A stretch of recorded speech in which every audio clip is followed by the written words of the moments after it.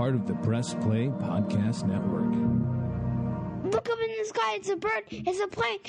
This is Jason J. Lewis, the voice of Superman on Justice League Action. This is Mark Wade, writer of Superman Worldwide, and you're listening to The Krypton Report.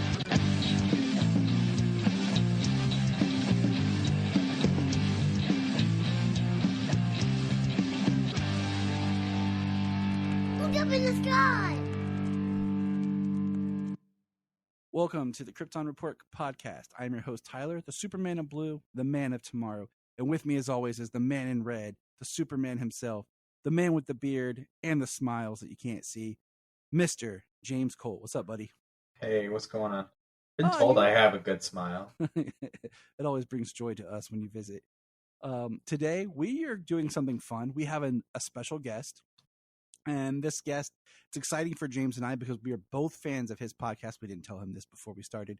And I've been listening to him for, I think, since around 2016. I want to say that's about the time. But I'm going to let him do more of the talking. We're going to welcome Scott. Scott, hello. Welcome to the show. You peaked. I'm Batman. Oh, we have Batman. Sorry. Sorry, yeah, like I'm on a podcast called Krypton Report. I'm like, but I'm a Batman fan, guys. It's okay. All DC is welcome to the Krypton Report. I just think about that Absolutely. scene from World's Finest Part 1 where he holds up the little Ziploc baggie. He goes, "It doesn't take much, does it?" Oh man, good reference. Good deep references. But welcome, Scott. Thank you. I'm glad to be here. So squad. I'm tongue-tied. Jesus. Squad. How is the squad tonight? Scott, tell us about your podcast real quick while I take a drink of my cherry Coke. Oh, right then. Well, currently my podcast is called the DC Squadcast. We've been around since 2015. We started off as the Suicide Squadcast, and the name has evolved over the years as the show. We started off as a weekly news and review show, but basically as the news got less fun to report from the DC film side, we just said, screw that. And now we basically do reviews, we do trailer reactions, and we've kind of branched out to where we started little scene-by-scene shows. So currently, we are concurrently watching Man of Steel and The Batman, and we're discussing it scene by scene. So by the time we're done, we will have a 30 minutes per scene of the entire movie of both movies. That's impressive. Like I've seen that in my feed because, as I stated, James and I are both fans of the podcast. Have been, like I said, I thought it was around 2016 that I started listening. Maybe it was 2015. Well, no, 2016 is when a lot of people, because honestly, most people found us with BVS. And that sounds about right because I was seeking out other podcasts that were in the same vein as what we were doing and just like listen to other people's perspectives. And, some I've stayed with, some I haven't, and yours I've stayed with. Oh, thank you. Oh, you're welcome. Oh yeah, absolutely. I've actually been keeping up on the Man of Steel episodes. I know I'm a number of the Batman episodes behind. But every time a Man of Steel scene by scene episode drops, I'm watching that or I'm listening to that. Well, I appreciate that. And since I'm shamelessly plugging, I would also like to let everyone know that if you tune in at the Film Junkie YouTube channel every Sunday night live at 9:00 Central, I am the co-host of the DC Fanimated stream, where we week by week discuss every episode of the DC animated universe. We are currently about to wrap up season 1 of Superman the Animated Series after we've already discussed the first 2 seasons of Batman the Animated Series. Nice. That does sound fun. Yeah, so it's really going to be fun because we're about to get to that point where they started airing at the same time. So we're going to start bouncing back and forth based on chronological order between the 2 series, because I've made this intense list of this is the production order of the episodes, but then this is how they coincide with when they aired. So we're going to be bouncing back between like season 2 of Superman the Animated Series and the final season of Batman the Animated Series. And we just discuss one episode a week. So join us over there. It's been an amazing time because I am such a DCAU fan. I was literally 10 when Batman the Animated Series came out, and I have talked and know way too much about that universe for my own good. See, that's how you feel now. But when your kids get involved in it, then it just seems like you're cool. And they're like, Daddy, you know so much. You're like, yep, Daddy knows a lot, kids. Oh, I've already been doing that because my 7-year-old is really into the My Adventures with Superman, and it's been fun watching that week to week with him. See, my 8-year-old, same. Like, well, I mean, both my kids. Fridays roll around, and they're both like, "It's My Adventures Day," and you know, we've been making it a kind of ritual on Friday mornings. Like, we all have our family breakfast while we watch My Adventures. So we've it's been a great show. My son, he loves Jimmy Olsen's whole just portrayal and everything with it. So Flamebird. It's Flamebird. Yeah. Yeah, My Adventures has been great. It's a fantastic show. I didn't know how I was going to feel about it, and I'm digging the energy. I was just worried when they announced it was going to be on Adult Swim, you know, and I'm like, that made me worried. I'm not going to lie. Like, that worried me just because I'm like, I don't know what to expect. Because why would you put it on Adult Swim? But my working theory is that they originally had they worked out some sort of deal to just have it on a network for exposure and then drop it to HBO Max.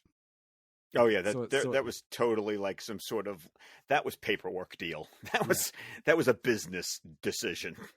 Because I'm like, it doesn't make any other sense for it to be the way it is. But today's episode, listeners, is not just us sitting here chilling and talking with Scott about whatever we pop up, because that could be awesome and take forever. Because just from I can't shut up from our pre-mic conversation, I think it would be one of those adventures like, this is our 3-hour episode of us just talking with Scott about everything and nothing at all.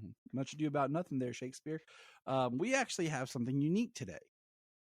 We are looking back at, I've compiled 25 of the DC theme songs.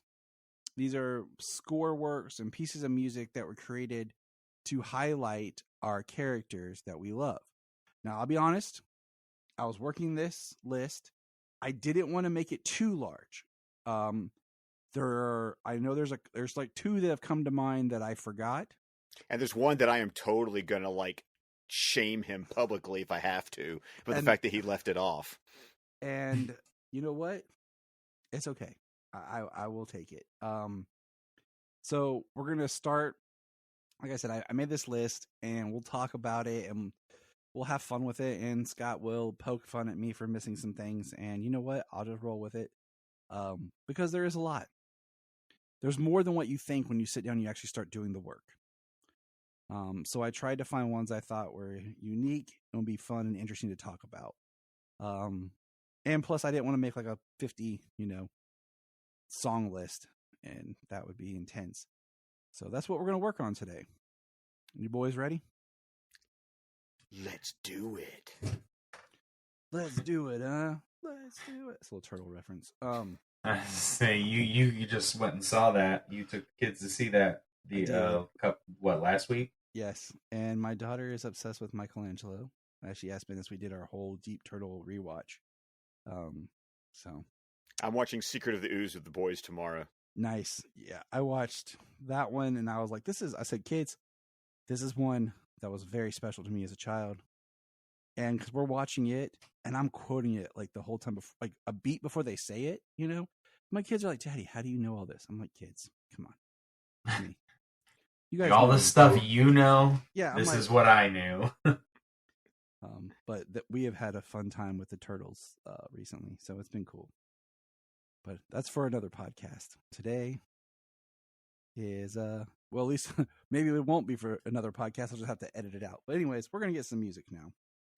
The first one that I have on my 25 musical list here is I put the Arrow theme by Blake Neely. And this one, you know, it's the music that started the Arrowverse, and it has a unique part to it. But at the same time, modern themes, and we're going to talk about this as we go, they don't have the march appeal. They're like more just like sounds. I mean, I know music is sound, but they don't have melodies, right? You know, and there's a really great. I actually thought about putting this on there, but then I thought it'd be a cheat. If you have a chance to look up the Fandom music, the Blake Neely did Fandom's own theme song, which was a combination of like all the different instruments, theme songs of different superheroes. And it's really neat to hear. But I mean, the Arrow theme is longer, but what you think of when you hear it is that ding, ding, ding, ding, ding, ding. I mean, that's the theme song. You know, and is that really what you want for your character's theme song? Like, I don't know. I'm talking. You guys talk. Scott, thoughts? Well, actually, what I think about when I think of the Arrow, because Arrow didn't even, like all the CW shows, they don't even have like an opening title sequence. Mm-hmm. You basically got a title card. Yeah. Like, and so what you had was a cue. It's not even a theme. It's a cue, really, that lasts for about 5 to 10 seconds while the title of the show shows up for the title card. And really what I always think about when I think about Arrow is that wow sound. Like, that's what I think about when it comes to Arrow. I mean, that is the secondary sound that I think of. Like, yeah. I mean, you're right. Like, it is, you know, it's like they saw how popular Supernatural was with just the title card. They're like, we're going to do that. That's what we got. James, thoughts on the Arrow theme? I mean, yeah, just when you listen to the theme itself, it's actually a good piece of music. But you're right. When you watch the show, you get very little of that before all you get is that long, drawn out over the title card. And that's what most people think of. Now, I'm not going to lie, though. I do own all the physical CD releases that La La Land Records did for like all these shows. And that's awesome. And most of them are autographed by Blake Neely, because I would order them like as soon as they dropped so I could get autographed copies of them. I mean, that's all. Okay, so my little thing, I was blown away that sweet. Blake Neely was the one who did the orchestration for the S&M album, the Symphony of Metallica. Really? I didn't know that. Yeah, I heard that and I was like, oh, wow. Because I remember when that album came out, like my one friend in high school was a big Metallica fan. And I just had such an appreciation for the blending of like the rock music with the symphony. And then I heard that was Blake Neely. I was like, oh my gosh, that just like, I was like, that just made it even better. So moving on. The next one I have on my list here is I wanted to point this out because this was a conversation I actually had with my son about how music can be interpreted and how you can take a piece of music, you can reorchestrate it, you can change up some instruments, but it's still the same basic song. It's just that's how it can move in styles. And we listened to 3 tracks back to back to back. And he was listening and pointing out things. My son has a really good musical ear. And I put this on here because it is worth pointing out. But this is the exact title for this is On the Road. But is the Wonder Woman theme by Hans Zimmer in Wonder Woman 1984. And it is in the movie at the scene where she is on the road running after the Humvees, the trucks or whatever. And it is her theme, but it's very like big band, like horns and everything. And I really don't like it. Yeah, I need to go back and listen to that track. I remember the day that the Wonder Woman 84 soundtrack released. But then I also remember when the Sketchbook released, and I was like, why is the Sketchbook a better album than the actual motion picture score? Mm. Because I don't know. It was like Hans did have some great ideas, because I love his Sketchbook releases. Like that's when he's like just doodling and coming up with all kinds of ideas. And I feel like a lot of things with that movie, it's like, did you get messed with, Hans? Because the Sketchbook showed me you had some really cool musical ideas for this movie.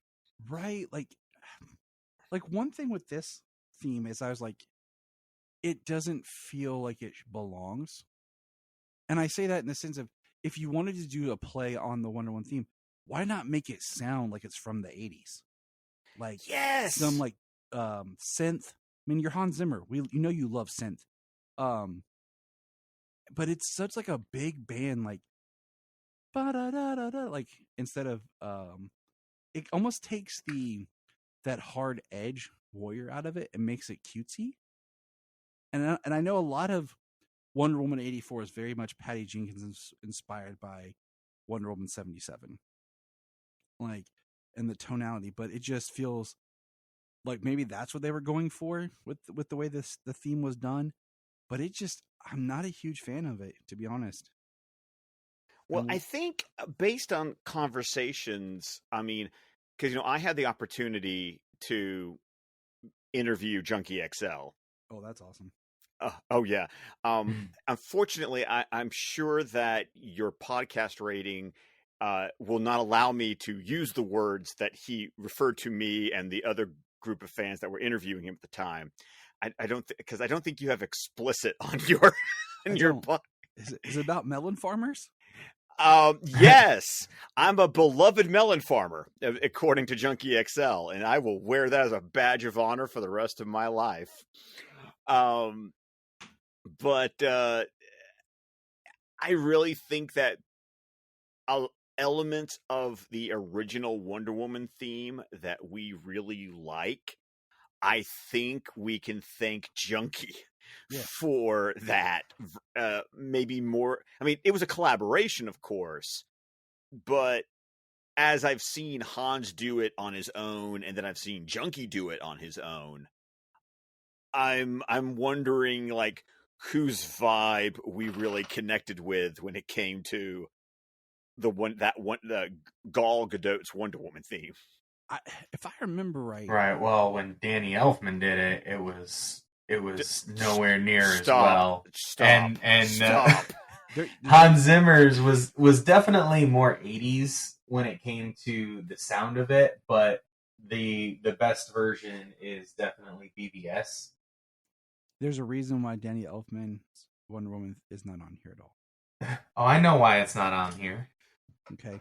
But I think if we're talking about it, we've got so many different people who have done it. Yeah. We have and there's 4 versions, you're right.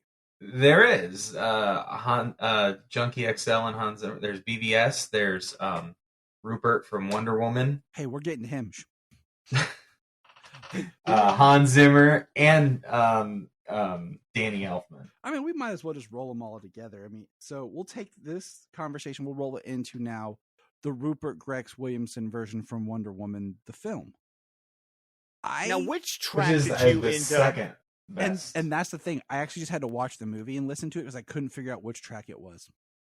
And that's another problem that I have with modern day creating of themes is they don't name it like theme or like march or like it's not the first track. It's somewhere in there blended in, or it's on multiple tracks done, slightly different. And that's another problem I have with the way they do superhero scoring nowadays. But I think that's what I love about the BVS album itself is that I don't call it the Wonder Woman. I call it Is She With You? Because that's what the track was called on on the BVS album when it came out in 2016. And it's funny is that while it contains the Wonder Woman theme, it's also technically the Wonder Woman theme and the Doomsday fight. Yes. It is like it is interesting because that guitar riff is like her theme, because It's not a guitar riff. oh yeah, It's a cello. electric. It's an electric cello. Yes. Because they of course that's what plays when she shows up in everything. When she just pops up like in the Flash and in Shazam, like we got that music. That's her identity in a lot of ways. But I like Is She With You? But I do like Rupert Gregson. I'm trying to say his name correctly. Rupert Gregson Williams. Yes, sorry. I like his version because he starts it with the drums more, and it's in the credits of the film. It's like one of the best ways to like hear it. But That's called Action Reaction. Is that what it is? Yes, that's the name of the track that plays over the end credits. Because I'm a nerd and I know these things. I try to, and I used Well, it's to good know we have you on. I used to know a lot more than I do recently because I just haven't focused on as much. But I like his orchestration of it. That's probably my favorite because there's more to it. But you can't beat Junkies for just pure energy and emotion of like just that warrior side of the character. Yeah. And he even expanded on that with Zack Snyder's Justice League, which I think the opening of the female Lamentations, I think, gets overused. No, I agree. I agree as well. I think I turned that into a drinking game at one point. But Right. He's like, I don't remember the rest of the movie, guys. But however, track 5 on Zack Snyder's Justice League, Wonder Woman Defending, I think is he talked about in that interview that I did with him about how he wanted that more rock driving aspect of that Wonder Woman theme, and you hear it. Take out the female Lamentations. Oh, every time you watch it, especially that first time it comes up, it's just so powerful.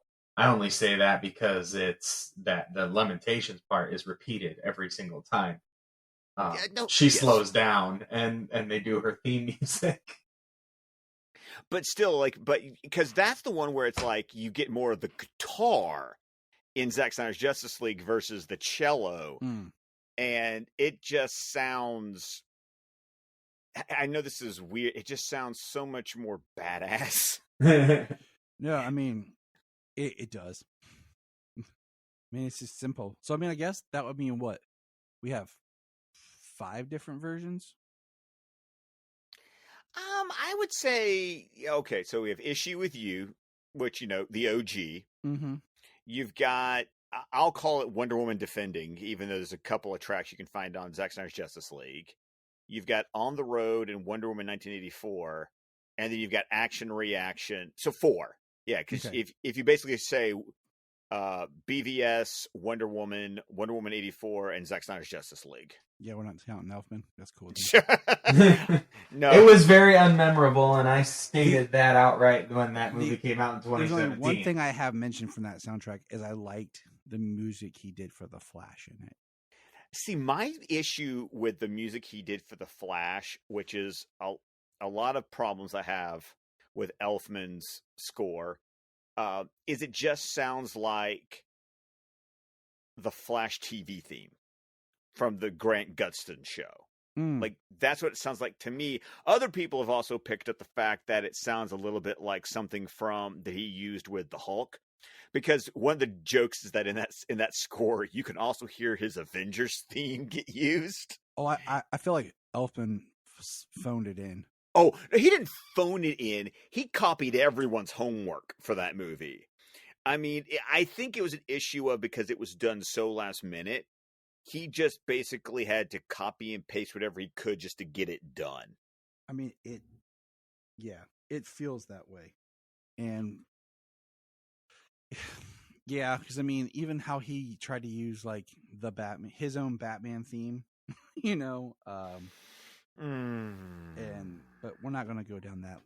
Please, let's not go down Okay. that road. So we're going to jump back in here now. Since we're talking junkie, the Justice League's theme, the crew at Warhammer, War Power. War Power. My mistake. I'm thinking, you know what I'm I think it auto-corrected on you. It did. What do we feel about that? I remember when that was the first track that was released, and they put it like it was on YouTube or whatever, and then it dropped to iTunes, and I had it, and I was like just listening to it. I remember I was in the shower when it first dropped, and I was just like listening to it as I'm taking a shower, and just really kind of feeling like this feels epic and big and heavy. It felt like what Junkie said. It's an anthem. It's like I'm at the Olympics. I'm at a sporting event. You know, remember when John Williams wrote the Olympics theme for the 1996 Atlanta Olympics? It was. You had me at John Williams. Just saying. I could not stop listening to the crew at War Power when that track dropped. I remember the morning I woke up and it was there, and I was just like my Squadcast text group chat was just all of us just losing our collective minds. It was an amazing track. And it's interesting how it gets used in the film, because the first time you hear it, if I'm remembering correctly, it's not like I haven't watched that movie a gajillion times, is the history lesson. Yeah, you know, that feels right. So it's the anthem of heroes coming together. Because I always think about it towards the end, you know, because it's playing at the end too. Oh yeah, it's playing really slowly when they're all standing on top of the nuclear reactor, you know, in their hero shot at the end. Yeah. But go ahead, James. Oh yeah, it's very grandiose. I think it's amazing to hear that song and see that Justice League standing there. Took the words right out of my mouth. I mean, it is like, because it leaves you with as heavy and loaded as it feels, it still has a lightness and a sense of being able to rise you up, and it's a very powerful. And that one is one of the few more modern themes I feel like that has that more theme quality to it. Yes, because it's able to play as a motif throughout the film, and like we said, when we hear it, it's when they're being heroes, it's when they're being a team, and it works the way a theme does. Like, you hear it and you have certain associations, like, oh, that's the Justice League, or, you know, that's the way that other themes work. It's like you hear it and you go, that's who that is. Mm-hmm. You know, and I agree. And it was really fun too when I got to go to Burbank and see it in IMAX. Of course, it's in a minor key, but it's also a major part of the intermission music that that you get, you know, because he did compose about like a 10-minute suite of intermission music that plays right after. It's between chapters 4 and chapter 5. So, you know, the last thing you hear is, you know, the League deciding to bring Superman back, and he's like, we're 6, not 5. There is no us without him. And then it cuts to black and intermission. And Crew at War Power is basically the thematic part that's playing, you know, as the intermission music for Zack Snyder's Justice League. That's cool. Man, I'm jealous. I'm envious of you getting to go see that in IMAX, though. All of you who did. If that movie ever goes to theaters, I am making that trip somewhere. If it's in with like 3 to 4 hours, yes. I freaking flew cross country. I know you did, and I wanted to. I wish I could have. And that's when James disappears and shows up at Scott's house, like, Scott. He's like, James is electrical. He just traveled by the wires. Comes up through your microphone. Electric Red Superman. So why we're kind of in this bracket, I'm trying to break it up kind of in these brackets here. Let's take a step back to Rupert and talk about his Aquaman kind of theme. Because I feel like it fits in with this motif of what we're talking about here. I'm going to be honest with you. I struggle to even tell you what it was. See, so the Aquaman is kind of that guitar ding, ding, ding, ding. And then at the end, it's that like it's like, I think part of my problem with a lot of it is you can't really you can't articulate it and hum it, because a lot of it sounds more like sound effects than it does a melody and music. It's, and that's part of why some of these songs are on here, is for the discussion of what is the music, like 3 notes, and there's another 4-noter that we'll talk about later, but I have a different feeling about. But yeah, the Aquaman, I think it's one of those that as you watch the film, you'll kind of like, oh, that's it. But then it doesn't really, you're like, but that's it. I was listening to a track from Aquaman earlier, and it was slow, and it was, playing to a rise, and then all of a sudden it changed to kind of like sound like party music. And I was like, what's this, before it kind of went a little more orchestral again. It's like, that's kind of an awkward, maybe it fits better with the movie, as it were, when you're watching it. Well, and I think what we're dealing with, and I was literally having this discussion Friday night, is that when we're in this, I would almost call it the Hans Zimmer school of movie scoring, it is music that primarily works really well as underscoring for a movie, but then lacks something as music that you would listen to, as just a musical piece. Now, I'm not saying that about Hans Zimmer. Hans Zimmer manages to like thread that needle and like do both. Yeah, but have like people like, was it Steve Jacoby? That's very similar, that you hear his stuff and you're like, oh, that sounded like Hans Zimmer, now wasn't? Yeah. Mm-hmm. And the music doesn't work. Like, you don't buy the soundtrack album afterwards, because it's like, that's nothing to actually listen to. Yeah, it's very interesting. Because Steve did the Super Pets score, and I listened to it and I was like, nothing's really popping that I want to kind of go back to. It's weird, but all right. So here we're going to talk about Shazam. We have the Shazam theme from the first movie, that was Benjamin Wallfisch, and then we have the Shazam theme, which is called Shazam Champions, from Christopher Beck. And what's interesting, in the Shazam theme from the first film, Benjamin Wallfisch is I really enjoy his music, but I feel like a lot of times his composing is it has a darkness to it. He did do the score for It and some other horror films. He also did Blade Runner 2049 with Hans Zimmer. Yeah. And he also did The Flash. Yeah. And I was going to say, and then he recently did The Flash, and even in his music for The Flash, there's this melancholiness, I guess I could say, to it. But then Christopher Beck, his music for Shazam Fear the God, I think is good. His theme, it's got horns, and it's like dun dun dun dun, but it sounds thin and small.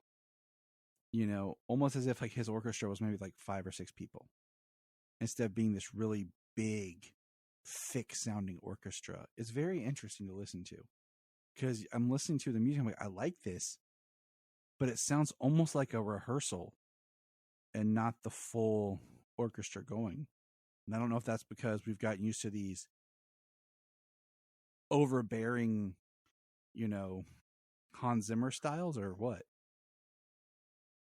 Or is it a case where was there an orchestra at all? Because sometimes, you can have a orchestra sounding score that's entirely synthesizer. Mm-hmm.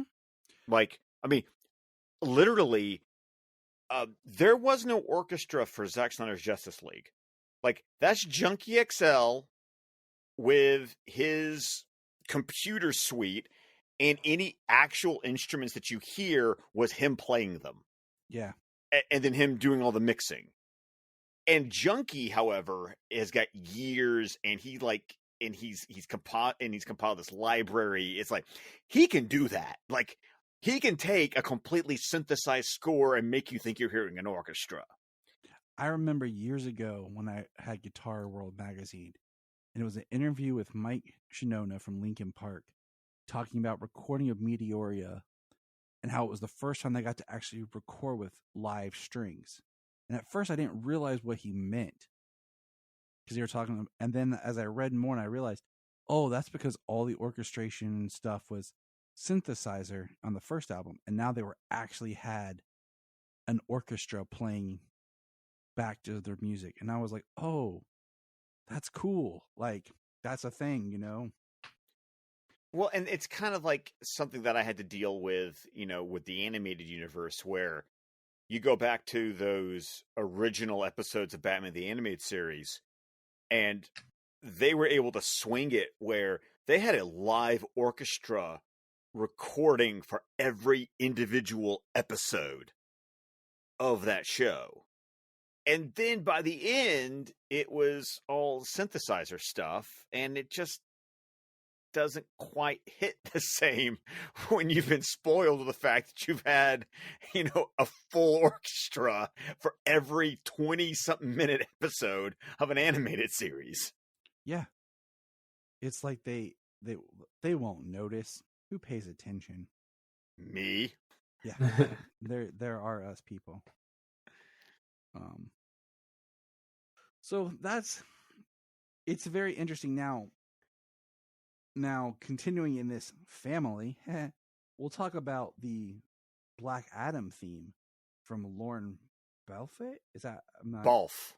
Okay, Lorne Balfe. I've never heard the name said out loud, so I'm like, I'm gonna wing this.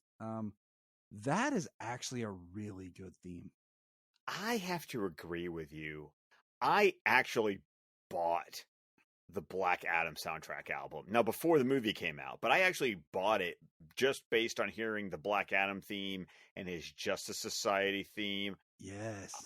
Now I bought it digitally. It was not. It didn't compel me to get the physical release. Like you have to commit for me to go, oh no, I want to buy you on CD or I want to buy you on vinyl. Yes, I buy vinyl. Sue cool. me. No, that's dope. I have to rebuild my music collection because I sold so much of it years ago. Side story, when I was in a band and we were recording and I needed more recording money, so I sold a lot of stuff I had. But we don't talk about that too much anymore because of other things. But Lorne Balfe is also a really good composer. Mm-hmm. Go watch Mission Impossible: Dead Reckoning Part 1 and listen to the score to that movie, and I have not kills listened to it. I listened to the theme because that was another conversation Solomon and I were having about. I was showing him like every Mission Impossible movie as we were working through like the themes from each one, how different composers and different style, but it's still the same song. But I haven't listened to the Dead Reckoning whole thing until I see the movie. I just haven't got a chance to go see the movie yet. Like, it was one of those cases where, like, during the movie, my wife even turned to me and went, "The music is really good." I was surprised by, like, the Black Adam theme because you have layers to it, but it doesn't sound like it's a bunch of noise thrown together. Yes, I agree. It's like you with have you that there. dun dun dun dun dun dun dun dun, doom, doom, on top, and then you have like the vocal of da da da da da da da da da, like. But it has a melody, like you hear that da da da da da da, Yes. like you can hum it, like Yeah, I like the Black Adam theme. And I mean, it just feels big and badass. I mean, like, it feels like what you would think of like Sonic Black Adam, and that I think is what we're digging at here with the conversation is what is a sonic sound that represents the character that when you hear it, you're like, that feels like the character. We haven't gotten to all the Superman themes. Oh yet, no, we're going to. Right, but it's kind of like when you get to the Superman themes, and it's kind of become the tradition of what's the one thing that every Superman theme has to have? What's that, Scott? It melodically has to say Superman in some way. I wanted you to say it, not us. So, but yeah, I don't care who writes the Superman theme. There is some way that you can still hear Superman being said in the music. We're not to this one yet, but we'll get there. But just bring that back up when we get to Superman the animated series. You want me? I will start singing it for you right now. Is what's going to happen. Because I actually did a little tweak to it, and I'll tell the whole story when I get there. So I think as we're moving through here, I have a couple of them kind of tucked away. But one I want to touch on was Henry Jackman's theme song for The Suicide Squad. Because I find this so interesting. Because this theme song, it feels like a band making a scratch track in their garage. Yeah, pretty much. It's in the movie when they're doing the famous walk out to get go on the first missions, like ding ding ding ding ding ding ding ding ding, and you just hear the drums kind of pop pop pop pop boom, like it sounds like a scratch track that you're recording before you go record your actual song and put vocals on top of it, like the demo track you make to show your buddies in the band before you make the real song. Yeah, and I feel like, and that's something that happens a lot with James Gunn movies, is that I never pay attention to the score because it's always about the needle drops. And I will be on record right now, that is one thing I'm worried about with Superman Legacy. I don't want needle drops. I was going to say, I'm wondering if this upcoming, because it's the same thing with the MCU. It's all about the songs that you hear, the songs that you associate with the movie, with the trailers, with the movies themselves, all the needle drops throughout the films. Are they going to go back to having these soundtracks instead of scores again?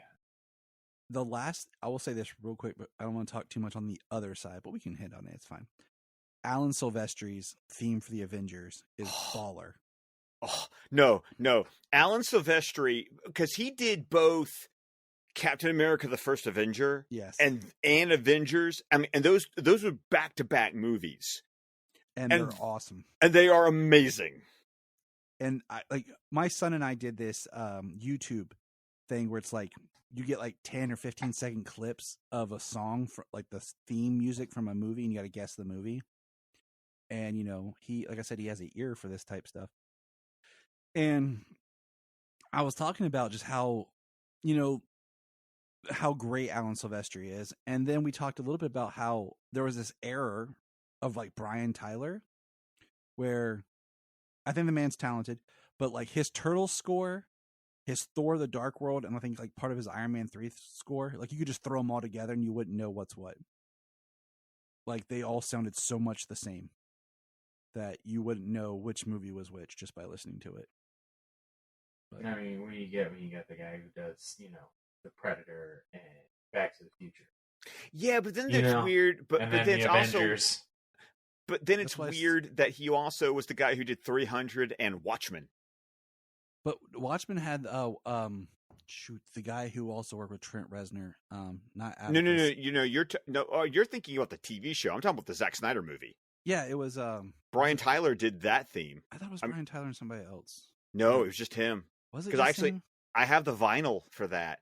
But once again, what do most people think about when you think of that movie? They think about the needle drops. Well, I mean, Watchmen, lends itself to that a little bit because it's historical. But yeah, but it's also because they're all songs that Alan Moore directly references in the graphic novel. That's the fun part about those needle drops. It's Tyler Bates. It was Tyler Bates that did Tyler Bates, yes. Yeah, I'm getting that confused then. Okay. I knew I was like, I have to look this up. Thank you for fixing that though, because I think that's what my brain does is I get Tyler Bates and Brian Tyler. I get confused with those two. It's okay. I get confused on stuff too.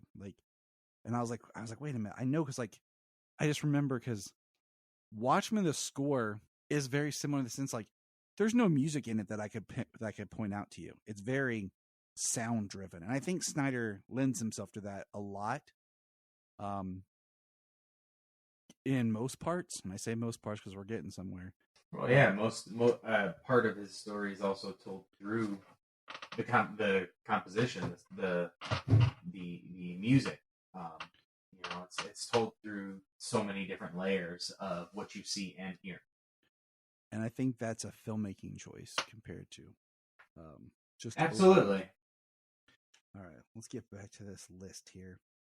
All right, so we're gonna go now, and we're gonna talk a little bit more Blake Neely, because I have a couple more to kind of pull up here, and then we're gonna kind of segue into. I'm trying to do them by clusters, so it flows a little bit, but Blake Neely, I think what was interesting is he pretty much was scoring all of the Arrowverse, and then started getting help on each show. And except for Arrow, I feel like Arrow was the one that he stayed pretty solo on, because I would watch the credits on, when I was still watching the Arrowverse, and he's stuck with Arrow, but yeah, he started getting help on all the other shows, like the Legends of Tomorrow theme. I think that was a really good theme. I almost feel like the theme was better than the show. I don't think that. I know that. I have I don't like to be a hater on anything. I don't like to be negative.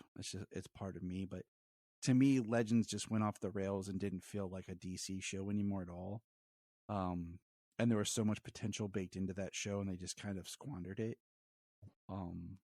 But I think the theme was beautiful. It had a very upliftingness to it. Yeah, my problem with Blake Neely's scores in general, with the exception of maybe his Flash theme. Man, that's where we were going next. I love his Flash theme. Because it's a theme. I can hear, I go, that's the Flash. That's what my... It feels like, even in the craziness, it feels like the character because it's such a speed thing. And it's like this Flash is building up to run. Because you have the... Yeah, you have that speedy, that... Yes. I used to say that sounds like my son as a song when he was younger because he's just everywhere. I love Fastest Man Alive by Blake Neely. I think that's his best. The song gives me chills. When it speeds up and it slows down to just the piano and the boom, boom. I think it's his best. I like the upliftingness of the Supergirl theme song. Yeah, buddy. Probably just a tad more. So it would be like Supergirl, The Flash, Legends, and then Arrow. If we were looking at those shows. Yeah, I still think that I feel like the Flash, as far as composing is concerned, it's his best work because it's the most melodic. It's it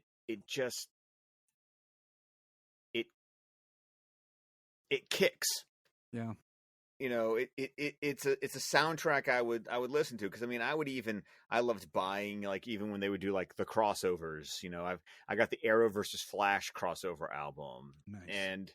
Or his Meet the Music Meister theme that he did for the duet episode. You I know, love that episode. It's one of my favorite episodes of the Arrowverse. My wife's ringtone when I call her is "Run Home to You." well, see, funny enough, my wife's ringtone on my phone is she with you? Nice. You're like, she is with me, guys. She is. Okay. So now we're gonna have a couple, we're gonna move into. I pretty much have it now down to like the big families, is what I'm gonna call it.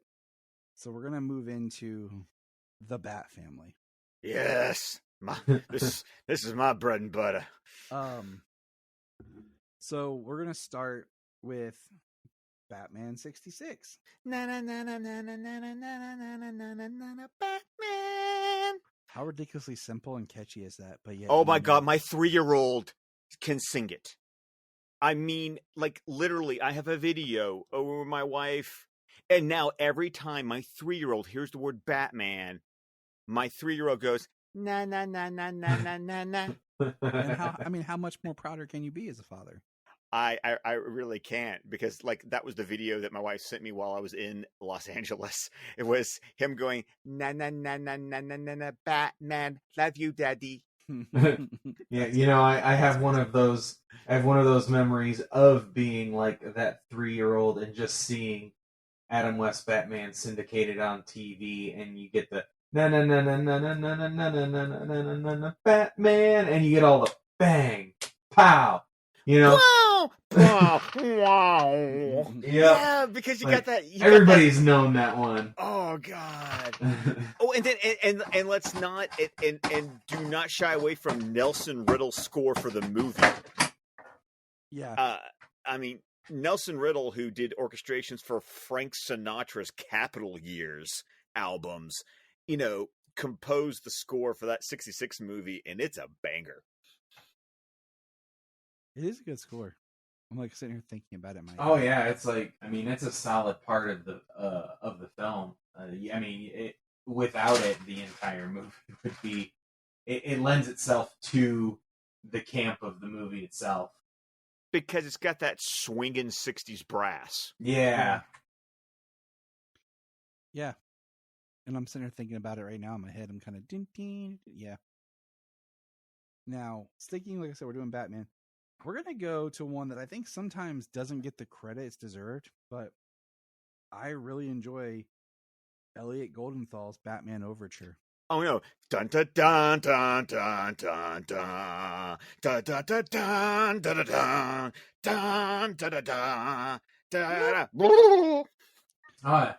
I was 10 years old when Batman Forever came out. So as a 10-year-old, that's your movie. The height of Jim Carrey, that movie came out. That was like, even though Elfman's Batman theme is iconic, like that, when we heard that at that age, we knew exactly that was Batman. I mean, one of my favorite scenes in Batman Forever is when Batman's on the roof and he looks down and sees Two-Face and he takes off and he just jumps. And he's jumping down the building and like his cape goes up behind him and it's to the theme, and of course, it's the same overture used in Batman and Robin. It's the Schumacher era theme, but I love it. No, it's a legit theme. If you can separate like the films, because everyone has an issue with one or both the films, and just listen to the music, like it starts lower with that like build up, like like it's great. It sounds like Batman. Yes, it does. And like I said, I just feel like it doesn't get the love and respect that it deserves. Because too many people want to throw the baby out with the bathwater when it comes to anything that has to do with the Schumacher movies. Yeah. Even though I'm one of those people who has the controversial opinion that I would rather watch Batman Forever than Batman Returns. So, see, I have grown to appreciate Batman Returns more over the past 5 years, 4 years, whatever. But I still love Batman Forever. And I've loved hearing people debate that Batman and Robin is better because tonally it knew what it was going to do, where Batman Forever felt like it was a little sporadic with tone. And I can appreciate those arguments. But Batman Forever, just like James, like I was 10 years old, and it locked in for me, and that was my Batman movie. Like, if someone says, "What's your favorite Batman movie?" Batman Forever. It's not I don't think it's the best Batman movie. But I just have so much of that nostalgia. I would say it's peak. Yeah, it's peak nostalgia for Batman for that era of Batman. Because there's more action in Batman Forever. You do have Robin, who does basically nothing, but he's there. You have Jim Carrey. Batman's actually kicking and doing some like cool stunts. So compared to just like turning his head. No, turning his body because he couldn't turn his head. So I mean, you're not alone in your conversation, Scott. Here, we got your back. So that might be one of the best jokes from The Flash when Barry tries to turn his head in the mask. I laughed, not gonna lie. I will say that I laughed and clapped at the end of The Flash when the only true cameo that I consider in the movie appeared. Yes, I did the same thing. I was like, that's great. Like, you've already like done craziness with this movie. That is just the icing on the cake for what the zaniness is. But, oh yeah, I audibly chuckled at that one. So we're gonna stick with Batman. We're still doing Batman here. We're gonna jump over and do The Batman by Michael Giacchino. I love it. I love that theme. I love it's back to, like I said, the 4 notes. It's dun dun dun dun dun dun dun dun. I taught my son how to play it on piano, and it's like he loves it because it's so simple. As long as you get the rhythm, you know. And because then, it's like you used to learn about motifs like Peter and the Wolf. You know, Peter and the Wolf is a piece of music that they use in school to teach you because every character has an instrument. Yes. But in the film The Batman, every time you hear that, you're like, y'all about to get effed up. Yeah, it feels like he's coming up behind you. It's like the Jaws theme. It's like he's a monster and he's coming. That's the other show. Instead of stalking the depths, he's stalking the shadows. And then you listen to like on the album, like how like it starts with just that like piano rumble, and then it builds up with this orchestration, and then at the end when it crescendos, like you have all the instruments playing it, and it just feels so big, and then it comes back down to just that piano. I love it. Like I remember driving home back in early 2020 before the shutdown, and Giacchino had like tweeted out, or maybe it was Reeves had tweeted out, it was like the costume test of Pattinson with a scratch track of the score. Yes. So it was just the piano part over top of like Pattinson standing in the suit in the red light, and we didn't see the full body suit. And I just remember hearing that, and it was so catchy, and I was like, wow, I really can't wait to hear this score. Well, it's also a score that at the end of the album, you have 3 tracks that are just themes. Yeah. Because you get the Batman, you get Catwoman, and you get the Riddler. And I love that I get to listen to the album, which is the music you hear in the movie. And then there were like suites at the end of to your earlier point that how we don't get those anymore. Well, Giacchino did 3 of them. I know. On the Batman album. I was going to bring that up. How with the recent, Black Adam and the Batman, and I think Batman himself really lends heavily to the idea of theme. Even though I think sometimes the Ben Affleck theme gets lost in the music. Exactly, like there's no like really specific track. Other than what is it like? Even the Men Are Still Good track, like, is more than just his theme. But yeah, I lost my train of thought. But I think Batman serves well, which takes me to next Hans Zimmer for The Dark Knight, which is technically Molasses. Am I saying that right? Yes, from the Batman Begins. Yes, because it carried through all 3 films. But that one's hard for me because it is a theme, but try to sing that. Like, yeah, it's hard. Blunk, Bunk. Bunk. Dun. Dun, dun. Yeah, I mean, just yeah. Like It's like I can hear it and I can go, "It's Batman" from the Nolan movies, but I can't. It's beautiful to listen to there, but like right now we're struggling with like if someone just heard that, they'd be like, "Are you guys okay?" Yeah, but I was say it's like the movies. It only fits in that universe. Yeah, it is very. You know what I mean? Yes. It is. The music is just like the movies.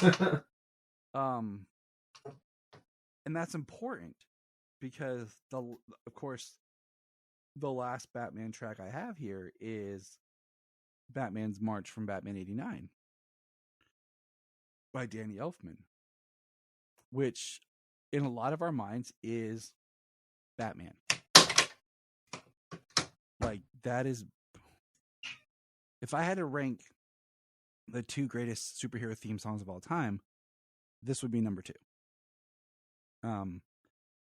You hear it, it's moody, but it has this energy. And you can put that music behind images of any actor playing Batman, and it's Batman. You know, compared to what we just said about Zimmer, like you couldn't really watch, I think, The Batman and have Zimmer score, it wouldn't work. But you could listen to the Batman March to Christian Bale's Batman, and it still works. Which is funny because have you seen the video of putting the Batman 66 theme behind Pattinson's Batman? No. Oh no. Do the Batmobile chase with the penguin? Yeah. It's freaky how well that works. Well, I mean, my thing is, Reeves is a big fan of Batman 66. Oh, but look who the villains are in Exactly. the movie. He told us. Us. One of his earliest posts on Instagram, I think it was, maybe Twitter. It was Twitter. He was in front of the Batman 66 costumes of the villains. He took a picture from Batman the movie, and they're all in the Batman. It's just a much darker version, but it's those same characters, like even the Joker. And for better or worse. Hey, I will say that after doing Batman scene by scene, I have come to, and I've had it confirmed for me, exactly where the deleted scene was supposed to go. Okay. Like, I had a theory.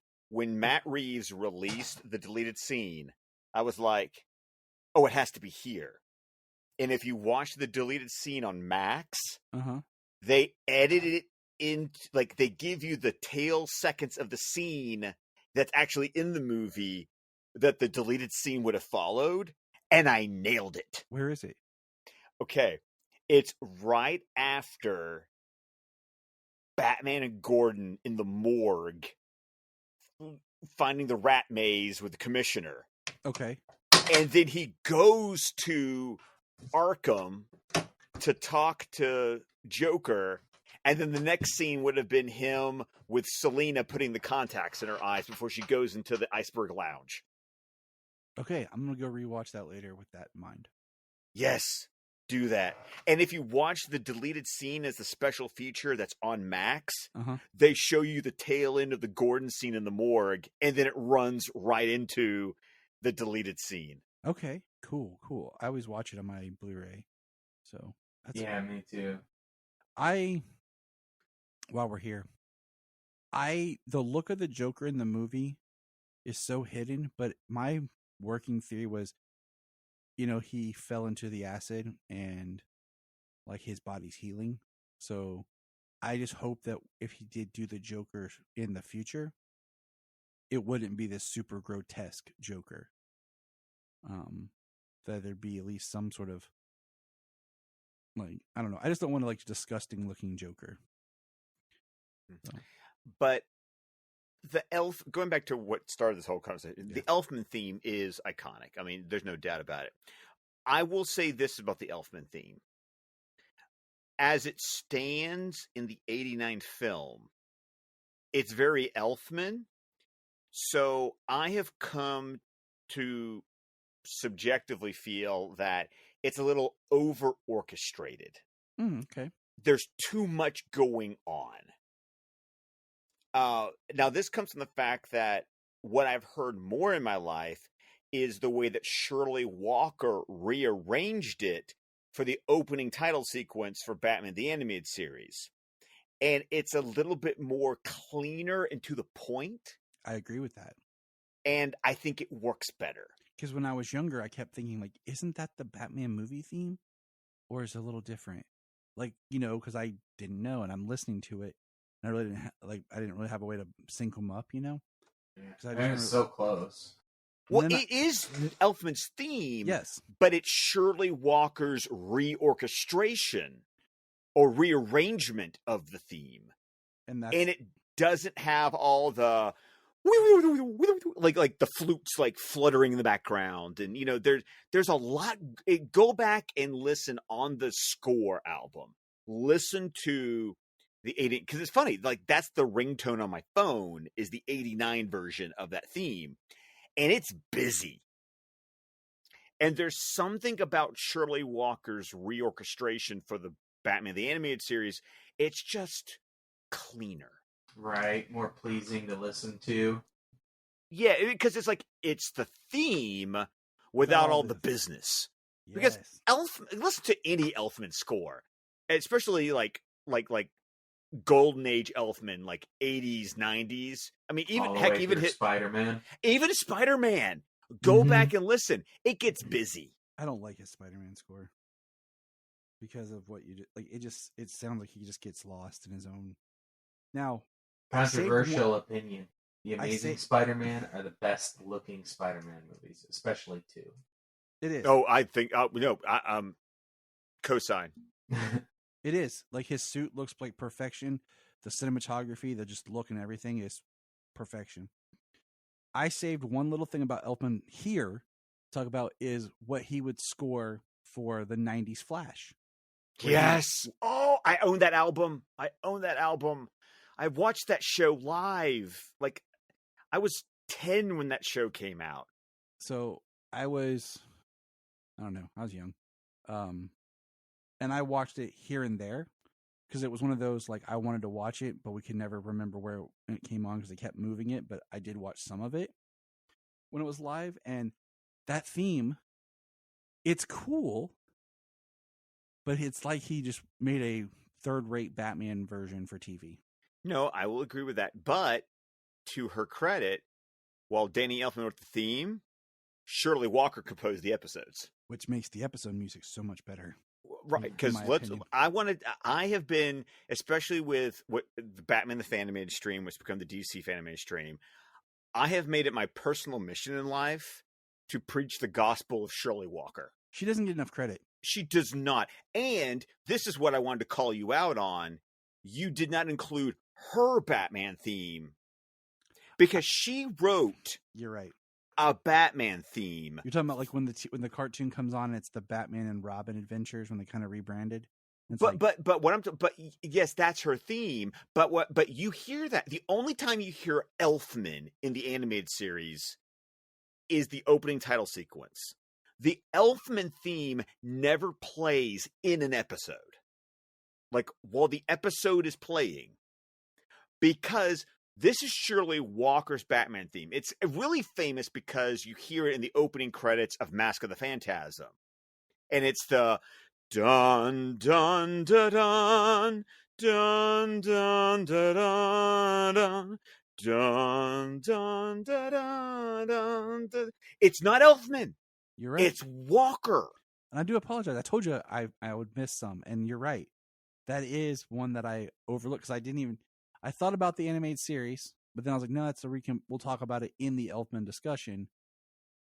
But I should have put the Shirley Walker on there. You're absolutely right. But you make a common mistake. People think about the opening title sequence and never think about, but what about the music that's actually in the episodes themselves? Right. And you brought up Mask of the Phantasm, which is my god! That music is so fantastic for that movie. I spent the money. I spent the money on eBay because La La Land Records did a limited edition, expanded archival release of the Mask of the Phantasm soundtrack, because the soundtrack that you can commercially buy has shortened tracks and not all the music you hear in the movie.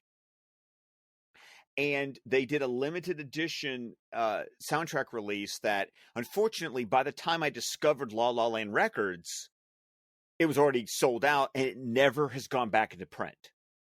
So I just found somebody who was selling it on eBay who actually didn't want to, gouge me terribly. And I bought it because,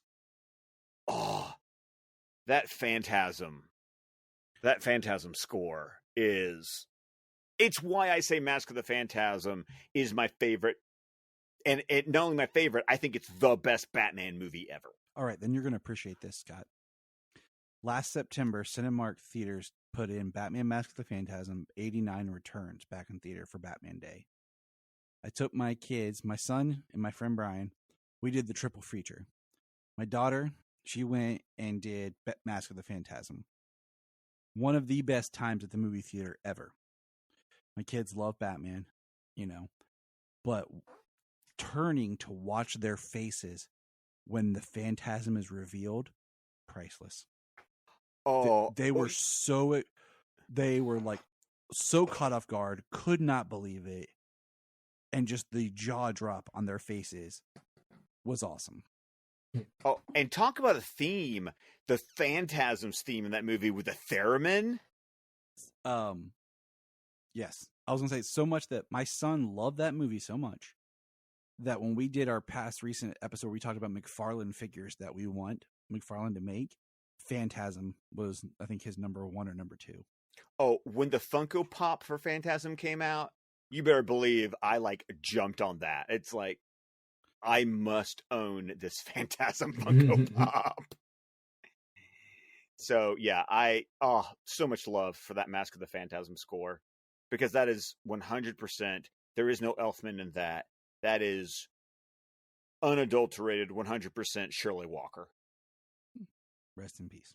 Yes, rest in peace. She was amazing. Like you said, does not get the credit she deserves. All right, so now it brings us to our last chunk, which is, if you haven't guessed, is our Superman family chunk. Oh, why would you save Superman for last on the Krypton report? I have no idea. Knows? Maybe I'm crazy. The first one I want to say is actually Supergirl, the overture from Supergirl, the movie. Jerry Goldsmith. Yes. I really enjoy it. I find it's a bright, kind of fun. It's peppy. I was gonna say colorful, upbeat, good piece of music. If you watch Supergirl the movie, knowing that they were trying to make it like a fairy tale, the music has a very dreaminess to it. The ballet, the flight ballet, is got some of those beautiful music in that movie. Like when she learns to fly for the first time. Yes. It's one of those things that I think the music is relaxing and it's beautiful. It's Jerry Goldsmith. The man doesn't miss. It's true. I'm trying to remember. I was listening to someone talk about a movie he was going to score and didn't, and he ended up doing this instead. And I can't remember what it was. I don't remember. There's a lot of things to say about the Supergirl movie, but the music doesn't miss. Yeah. We'll just leave it at that. We've talked about James. We've recorded a commentary that was very fun on the Supergirl movie. Which cut though? Because there's like 3 cuts. Woo. I think it's the one on. I think I watched it on Max. And HBO Max at the time. I watched both cuts because I have the Warner Archive. I have the Warner Archive as well. Yeah, because that one comes with the 3 cuts. Because you get the theatrical, the director, and the international. And the international, I think, is kind of like the accepted. Like that's the preferred one. Yeah, is the international cut. Yeah, because I remember. I think we just watched the theatrical. That's what was on Max for James, and I had watched the other 2 painfully and took notes, and we yeah, it's what we did a commentary on with the ladies. Yeah, with my wife and his girlfriend for like New Year's Eve, like 2 years ago. That was our podcast special. That's how we rang in the new year. So now that we're done with Supergirl, we're gonna jump back real quick to Shirley Walker for the Superman the animated series theme. Dun dun dun dun dun dun dun dun dun dun dun dun dun. Now, Because once again, Superman. but for me, it says something else. What's it say? For me, I bought Superman the series when my son was born. Like I bought the whole collection, and I would stay up and I would watch it when I was up with him feeding or whatever, and I would sing it, but it was Solomon, Solomon, my son Solomon, like, and that's how I sang the theme, like as I would like kind of rock him to sleep at night, trying to get him to go to sleep. So I'd stay up watching that, and I put his name to it. So That's fun. that's my little dad story there.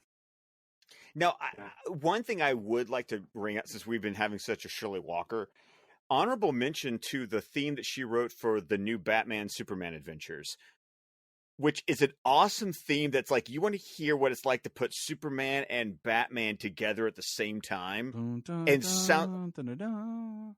Dun, dun. That's the one. Dun dun dun dun I just wanna make sure we're on dun the same page, yeah. dun dun dun dun dun dun dun dun dun dun dun dun dun dun dun. I mean, what an amazing piece of music to go, yes, this sounds like both of the characters at the same time. It does. I love it's like you said, because rolling into like just the the Superman themes, like the Lois and Clark Superman theme is how it starts like it's like I just thought of something funny, sorry. One I didn't put on here for good reason, but is the TV Superboy theme. Like, 'cause it's so 80s. It is so 80s. It really is. But like the Lois and Clark is like how it has the dun dun dun dun dun dun dun dun dun dun dun dun, like, and it's once again like it feels like Superman. And Yeah. it says Superman. Yeah, it feels like it comes right off the heels of John Williams. God, but yet the Lois and Clark, which was appointment viewing every Sunday night for me on ABC. So John Byrne, so Yes. post-crisis. I loved it. I loved Lois and Clark. See, yeah, me the too. problem in my house, and you might remember this, was when in my house when Lois and Clark came on, that's what I wanted to watch, but my mom wanted to watch Sequest DSV, so sometimes we had a battle. Oh no, there was no battle. Like, no, Sunday nights, I was watching Lois and Clark on ABC. NBC could just shove it. So Yeah, but we liked both of the shows, but my mom liked Terry Hatcher and Dean Cain, so I like Terry Hatcher too. Thank you very much. right. For reasons. For For reasons. Yes. It's a little inside joke because we were doing a ranking of like our favorite versions of certain live action characters, and our guest friend Levi, he was talking about Journey Smollett. He said, for reasons, because my son was on there with us, and my son didn't quite catch what that meant at first. I had to explain. He goes, "Oh, okay," but we just kept joking throughout the rest of like the podcast, like for reasons. For reasons. Yeah. So Superman. Now, this one is we're kind of shifting now. We have a couple left, but I appreciate the music for Superman and Lois.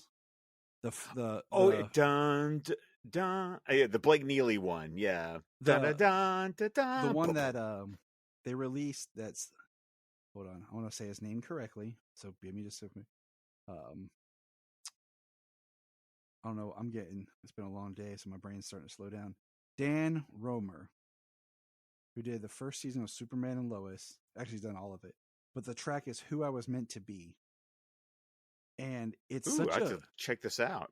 It's such a like the last seconds of the song is in the title card of the series. Okay, So- yeah. The like the big horns. But if you listen to the track, it almost like it comes out of nowhere because it starts so soft. Like it's it's the music that plays at the beginning of the pilot episode, all the way up until the title card, and then it shifts. But it's so interesting, and I mention it because it doesn't say Superman in it, but it has such a similar feel to the Hans Zimmer Man of Steel theme, and that's where we are now. Yes. Well, it's also because, on DC TV Squadcast, which is our, it's on hiatus right now, but it's our television podcast at Squadcast Media. We have famously referred to Superman and Lois as Man of Steel 20 years later. I mean, Superman and Lois, and I've said this, is like they took the best of all Supermans and put it in a blender. Yes, thank you. Because it honors every era and aspect of the character. Yes. I love Superman and Lois so much. It's about as appointment viewing as TV is. It's really almost the only appointment viewing as far as superhero television is for me these days. I don't blame you. If I always buy the seasons digitally and then buy them on physical when they come out too, because I love the series. I want to support the show, but I don't have cable or anything. So, my wife and I always watch it together. We don't watch it without each other. We watched the first season and with our kids, most of the second season. Third season we watched just me and my wife, except for the Doomsday battle. My son loves Doomsday, so I showed him that, and he was hooked. Like, he was locked into that. By the way, tangent. I still love the fact that they introduced Bizarro by pulling a bait and switch, making us think it was Doomsday. And then by the end of season 3, they make Bizarro into Doomsday. I just was like, I appreciate this. Thank you very much. Tom Helbig is very wise in his writing. Like, listen to him talk. He knows he's got a game plan. I mean, if it was planned and everything, how it seems like it's a fantastic like bait and switch, foreshadowing of him actually becoming Doomsday. Still, the only thing that I hate about it is he came out huge and hulking like he was Doomsday, and then he's Bizarro, who is like the same size as Tyler, same size as Superman, who is not huge and hulking. I know you complain about it all the time. Yes, visually it was wrong. And yes, tangents are perfectly fine. we do that often, so really one of the only things that has ever bugged me about the show in its entirety.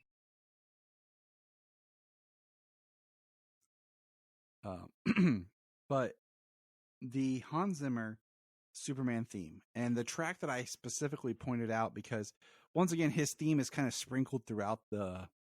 Can I say it? Yeah. It? It's my favorite track on the entire album. But what are you going to do when you're not saving the world? Yes, that has been my ringtone since Man of Steel came out for my alarm in the morning. I wake up to that every day. It has the perfect like light melody to start to wake up to that just builds as you try to wake up. Down, down, down. Down, down, down.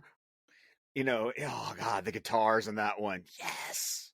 I just, I love the softness to it when it starts, and just it's so simple, but yet there feels like there's so much emotion behind the notes. Ba-dum. The movie opens up with those same notes played differently, in Krypton. Like, it's very deep and boom, boom. But then when you do it on the piano later, when it's just that high, it just resonates so strong, and I love it.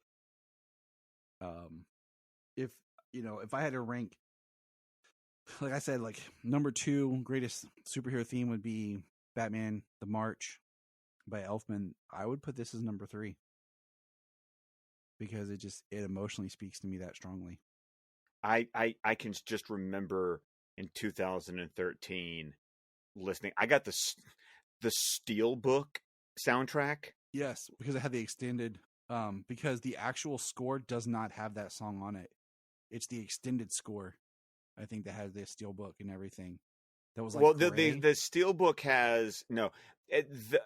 What are you going to do when you're not saving the world? Is the last track on the regular soundtrack album. The extended score in the Steelbook had the sketchbook. Gotcha. On the second disc, and which is cool. Because when I was listening to the sketchbook, there's a track that's in Man of Steel, and I just never heard it before. Mm-hmm. that is, this is my world, you are my world at BVS. Oh. Like the musical piece that plays when he, it's the ba ba bum bum. It's the one like when he's like flying with the kryptonite spear, and then he finally stabs Doomsday with it, and like it's that big musical crescendo that makes me freaking cry like a baby every time I watch that scene. Because when he says, "This is my world, you are my world," but there's that musical crescendo that happens as like Doomsday and Doomsday and Superman are both dying. Yes, that you actually hear in Man of Steel, but it's like a moment here, a moment there. And I remember listening to it when I was going to LA for the Full Circle event, and I heard it in the sketchbook, and I was like, "What? That's awesome." One thing I wish that with all the special features and stuff we can do for movies, I wish there was a way to watch a film without dialogue and without sound effects, where it's just you're watching the picture with the score. They used to do that, actually. Because there's certain movies, and one is I think the Star Wars prequels would benefit and be really neat to watch like that because Williams' music and everything. But I think would be really emotionally powerful to watch with just the score. And speaking of the great, amazing man who scored my childhood, the man who scored, everything I watched as a kid. Yeah, and still do. Like from Jaws to Indiana Jones to Superman to Home Alone, Star Wars, Hook. The Superman March by John Williams is the last one I have on my list for today. Iconic is the word. Iconic. He set the template for like the power, the march, and even in his music, so it does have remnants of music that was from the Fleischer and the George Reeves series. He just made it more powerful. Well, because he had the freaking London Symphony Orchestra to play it. That helps, But I will like his score. His theme starts with the bum bum bum bum bum bum. I actually am a really big fan of how John Ottman did it in Superman Returns. See, that is interesting because I have a composer friend who hates the way John Ottman did it in Superman Returns because he found that the orchestration of it is so thin in Superman Returns. I can agree with that. I like how it starts with the boom boom boom boom. Like it's like the strings like dun, dun, dun, dun. Like it doesn't start with the soft build like but this is one of those songs that you hear it, you automatically feel the character. And once again, you can put any image of Superman to this music and it fits and it feels right. Doesn't matter what Superman it is. It feels right. However, can I bring up the devil's advocate point is sure, but do we have to always have it though? I think it's an interesting debate because I've said that if you did, why not reorchestrate it? Or change it up, much like, not for better or worse, what they did with Wonder Woman's theme that we talked about. But do something like drop the key, change the key, change the instrumentation or something to make it fit with the mood or whatever you're going for. Because a lot of people use the argument, why isn't the Superman theme like the James Bond theme? You have a different actor, different reboot of James Bond, but you still have that same theme. Why can't we do that with Superman? Actually, literally just Friday night had this conversation. But an interesting thing though is that, James Bond's theme has been there literally since the beginning of that character on screen. There was, which is funny though because we're talking about that theme gets reorchestrated all the time. The original version of that theme isn't even my favorite version of that theme. My favorite version is David Arnold's reorchestration for Casino Royale. I've never really sat down and like really picked the different ones apart. You should do that. It's really interesting. Even David Arnold, because David Arnold, except for GoldenEye, David Arnold did all the Pierce Brosnan movies and then did the first 2 of Craig. Mm-hmm. But it's really interesting that you can go back and listen to Monty Norman's original version for Dr. No. And then you can listen to all the various versions through all the different actors. But listen to the track, the name's Bond, James Bond. It's the final track on the Casino Royale soundtrack.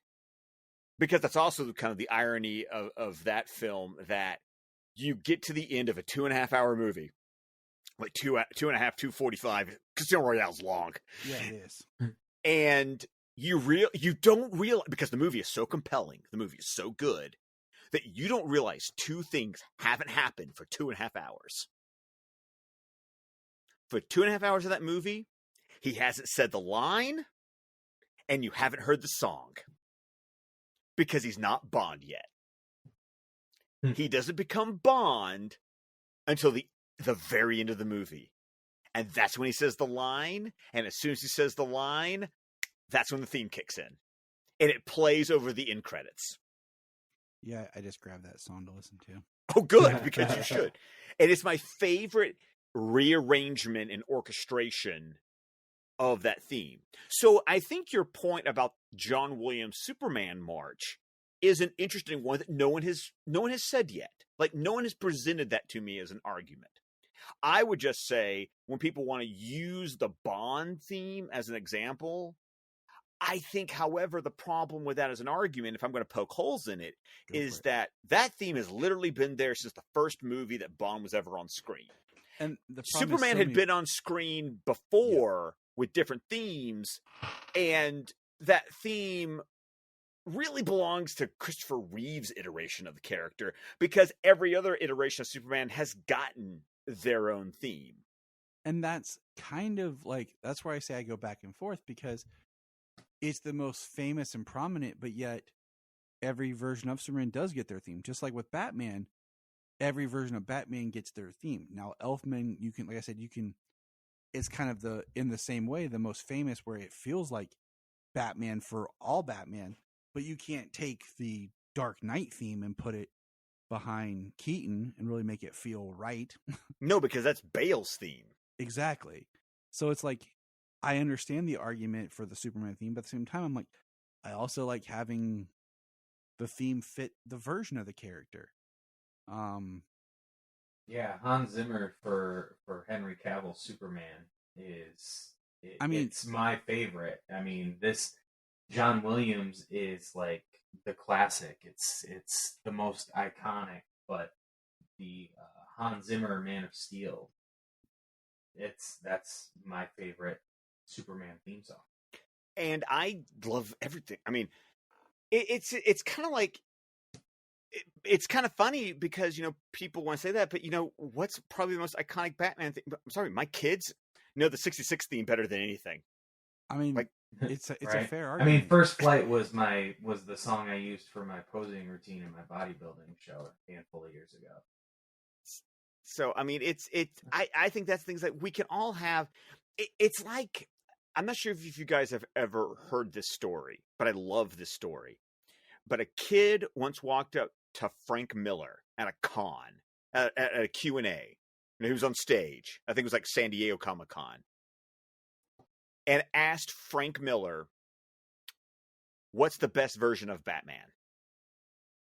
Have you guys heard this story? Mm-mm. I don't believe so.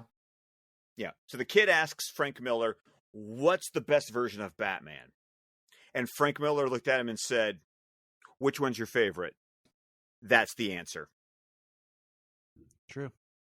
I love that response. Because, I mean, I think that all these characters are subject to subjectivity of what you identify with it and what's your favorite version. For back to what we said about how we have a love for Batman Forever as a film. There's something baked into that movie that's part of who we are and grew up with. I mean, and have you guys ever heard the Superman blessing? No. I love doing this with my kids. I learned it at my church. To get the kids to say a blessing, before we have a meal. the favorite one in our family is the Superman blessing. Please tell. Okay, you stick your arms up in the air like you're Uh-huh. flying, and you go, "Thank you, God, for giving us food. Thank you, God, for giving us food, for the friends we meet and the food we eat. Thank you, God. Amen." Oh, I'm so getting my wife to sing this, and I'm going to put it as a track on our every episode we do. And the For thing real. is that there's hand movements, because as you say, "Thank you, God," you stick your arms up in the air, straight up and down. And, "Thank you, God, for giving us food." You drop them. "Thank you, God." Stick your arms up for giving us food. And then when you do "for the friends we meet," tilt your arms to one side. "And the food we eat," tilt your hands to the other side. "Thank you, God." Straight up and down. And then when you say "Amen," you put your fists on your hips in the Superman pose. I'm so doing this tomorrow for breakfast with the kids. You do it. Do it. I'll send you an email afterwards. I That's feel like great. by the way, if you want to see me do this, if you want to support Squadcast Media, go to patreon.com/Squadcast Media. $5 a month gets you exclusive RSS feed of over 400 pieces of content. And I have a solo show on there called Scott Shots. I did a video review of the limited edition Steelbook collection of Christopher Reeve Superman movies in 4K. And I start off the video, hand motions and all, doing the Superman blessing. That's awesome. It's In excellent. sepia, by the way. Wow. That's awesome. Oh man. I commit, man. I Yeah, commit. right. For real. As you should. I mean, the theme song for Superman, I mean, it goes hand in hand with what always comes up, especially when we're talking to people. And, I don't think we even asked, but are you Trunks or no Trunks for Superman? And before you answer, I just want to, it's like with My Adventures of Superman, they gave us actually both. The suit that he got from Jor-El was a bodysuit, blue, no trunks, and then Martha Kent gave him the trunks for his suit. Which I thought was a really lame reason to give him the trunks. I'm sorry, that was lame. If you're at one, I think way too much gets made of that argument. I think it's It does. stupid. It I does. think it's I do stupid. too. That's why but- we ask. Like, I know. Yeah, we want to hear. But if you're gonna ask me my preference, I'm a no trunks kind of guy. my thing is, I've said this. Live action, I prefer no trunks. If it's in comics, it's fine because it's comics. You kind of roll with it. But I mean, Batman's done great with no trunks for how long? And now we want to make a big deal that Superman doesn't have trunks. I mean, come on, people. I actually have hanging on my wall, I'm looking at it right now, is a poster print of the cover from Superman Unchained #1. Nice. Remember that, Mhm. Jim? Yeah. Oh yeah. It's signed by Jim Lee, by the way. And I got it signed by Scott Snyder. Oh yeah, I have a volume 1 trade paperback collection of Court of Owls signed by Scott Snyder, personalized to me. Nice. Yeah. Scott's so cool. Scott, I've yet to meet Scott Snyder, but He's awesome to talk to. no, he seems like such an awesome guy to talk to, and it's so great because I love that I literally own every issue, every variant of his Batman run from the New 52. Nice.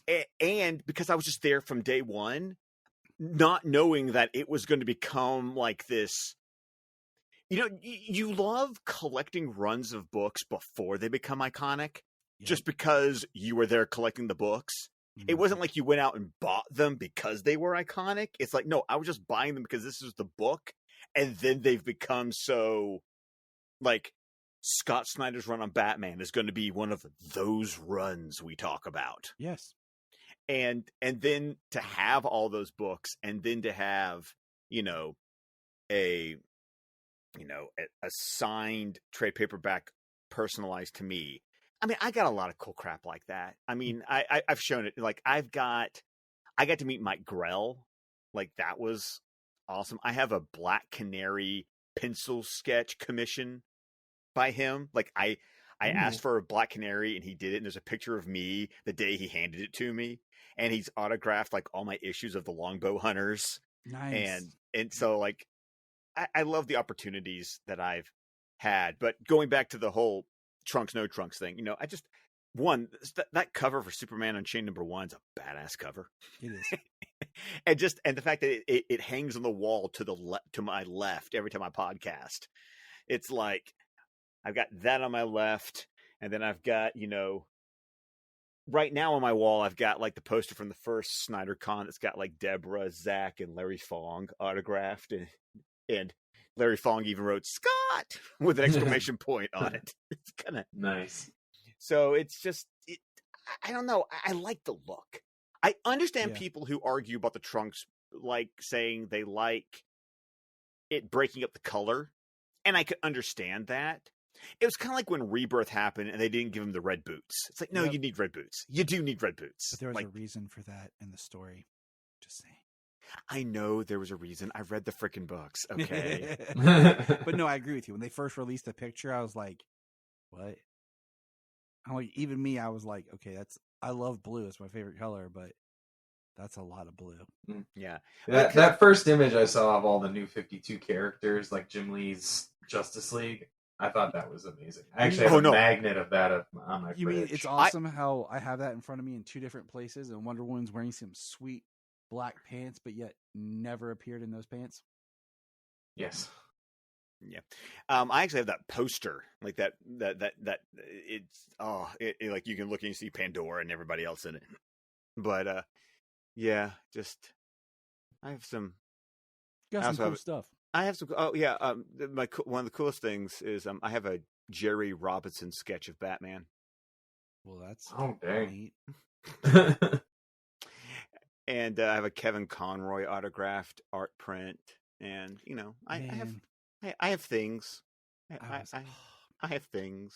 Scott lives an exciting life. Yeah, I did. No, that's the thing. I live a really boring life. I just have a lot of cool crap. So here's my wrap up question for you, Scott.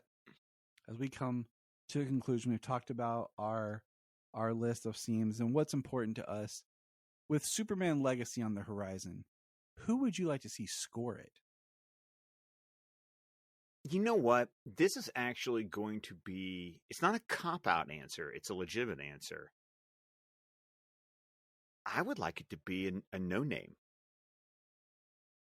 Give me somebody new that I've never heard before. I won't consider that a cop-out answer because I feel like in a way, we need fresh blood. We've made jokes about how these composers, get shifted around and some of the stuff starts to sound the same or doesn't pop. Years ago, if you would have asked me, I would have said Michael Giacchino. And that's because I was riding high really off his Jurassic World score, where I felt like he did a great way of incorporating Williams' type of music. But I love what he's doing with the Batman. And I'm not opposed to like someone coming up and having a fresh take that feels right for the character. I mean, I would love it because, you look around and a lot of times you start to see the same names on everything. We made the Brian Tyler jokes earlier, I mean, when I was growing up, it was either Williams, Elfman, Silvestri, James Horner. Yeah. There's a theme. Howard Rocketeer. Shore. Oh, the Rocketeer theme. Rocketeer is so good. That score is just beautiful to just listen to and relax. Oh, God, it is so gorgeous to listen to. But that's the thing. It's like, I want to learn a new name. It's kind of, I like there being a new name that suddenly becomes like the name I would look for. Like with Trent Reznor and Atticus Ross being on Mutant Mayhem. It's like, I remember the first time I stood up and took notice of them was when they did The Girl with the Dragon Tattoo with David Fincher. And they'd done The Social Network and Gone Girl. I just hadn't seen those yet. And so, but their rearrangement of the Immigrant Song for the opening title sequence of The Girl with the Dragon Tattoo was like really good. Dang. And then they did the Watchmen show on HBO. Which was really good. And they did Soul for Pixar. Which was hilarious. I mean, like in a weird, dark way, because like Trent Reznor. But I lost my train of thought. Oh, well. But the point is that I'm glad you don't think it's a cop out, but it's like, no, don't give me someone I've already heard. Give me someone new, and let them do something. Let them play. Yeah, I mean, we were saying like we see the same people. Oh, I know I was going to say. Well, just for DC movies, you got Rupert, who did Wonder Woman and Aquaman, and Wonder Woman is memorable, and Aquaman wasn't. I would say this: if I was a producer on the films and stuff, I think a composer, for me, a composer is iconic as an actor or a director. In the sense, like, okay, you're doing this character. I don't want you on this character. I want somebody else because I don't want there to be similarities in the themes. Well, it's kind of like why Hans asked for Junkie to come on for BVS after he did the Dark Knight trilogy. He was like, Junkie, I need you to do the Batman stuff. I've already done Batman. Exactly.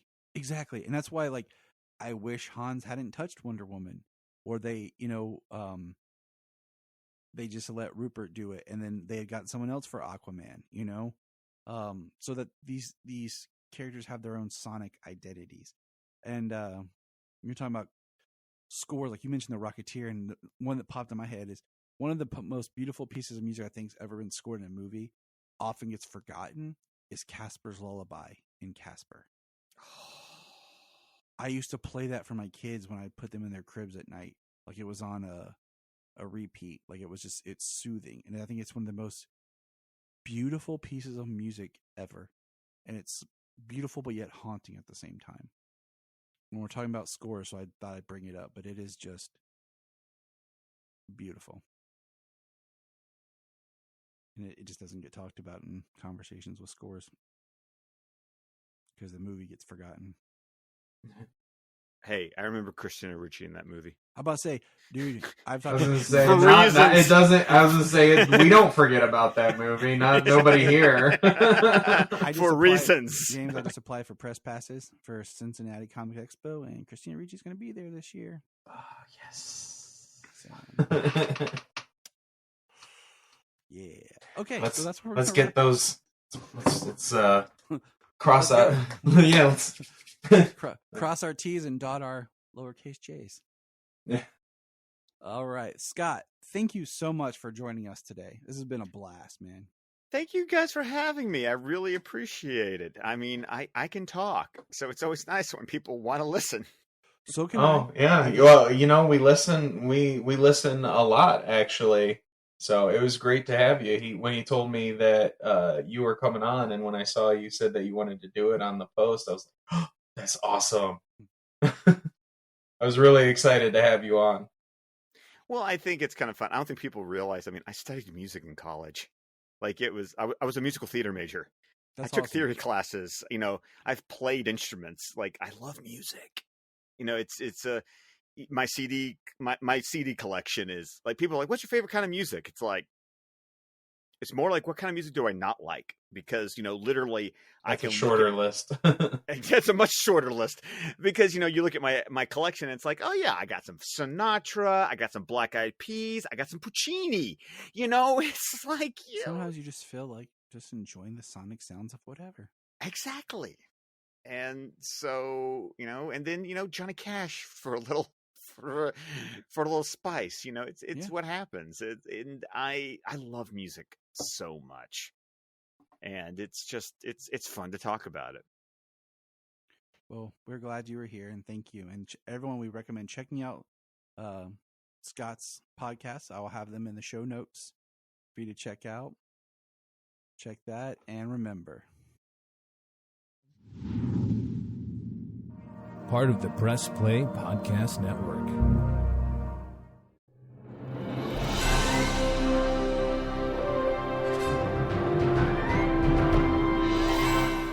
What's up, everybody? Chase Smith here from the Chase Smith Podcast and Cavs on the Break NBA Podcast. And I'm JD, host of the Hyman Podcast, part of the Press Play Podcast Network, and we are super excited to bring you a brand new show starting next Tuesday, the Fanfare Podcast. The Fanfare Podcast is all about your favorite movies and our favorite movies and the best moments in cinema.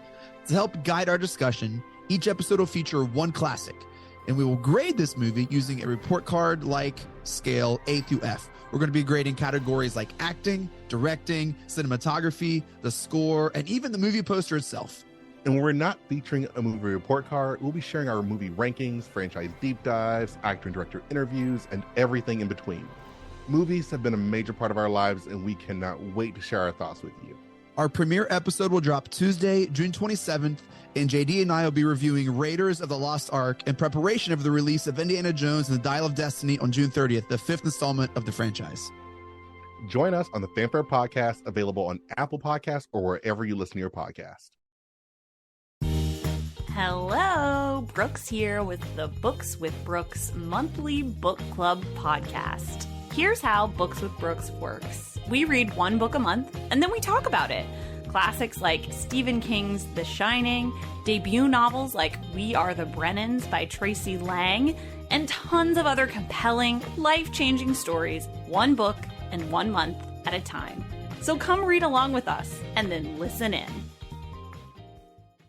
Before we start this episode of Krypton Report, I want to take a moment and just give a shout out here to our Patreon. I know what you're thinking. Gosh, everyone's asking for money, and I get it. But our Patreon is only $1. $1 a month. It helps us keep the podcast going. And what we do is we try to find interesting shows and topics and whatever we want to talk about. We've done, as of this little thing, our last recordings were on the Scream series. Brian and Tyler, that's me, do our own show where we record in the car, and it's kind of funny.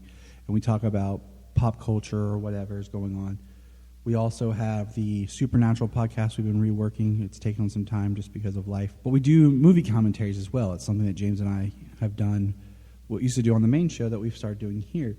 So for $1 a month on our Patreon, you can get those shows. There's at least 4 a month. Also, there's my movie pitch show that I do. But also, what we want is if you're a Patreon, you can come on. You can come on the main show if you want. Or if there's something you want to come on and talk about, we can do it as a Patreon special. So all I want is for $1 a month, think about chipping in, joining our Patreon, and you have a voice to be a part of things. Follow the link in the link tree or in the show notes below, patreon.com/KryptonReport.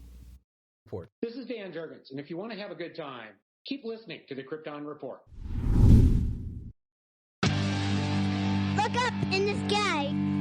We just want to say if you've enjoyed this podcast, please check out other podcasts on the Press Play Podcast Network.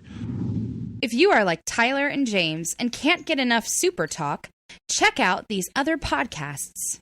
Digging for Kryptonite, Supergirl Radio, The Last Sons of Krypton, The Superboy Legacy Podcast, All-Star Superfans, Superman the Animated Podcast, The Aspiring Kryptonians, Always Hold On to Smallville, The Geek of Steel, and Truth, Justice, and Hope. Remember to check out Krypton Report on all social media platforms.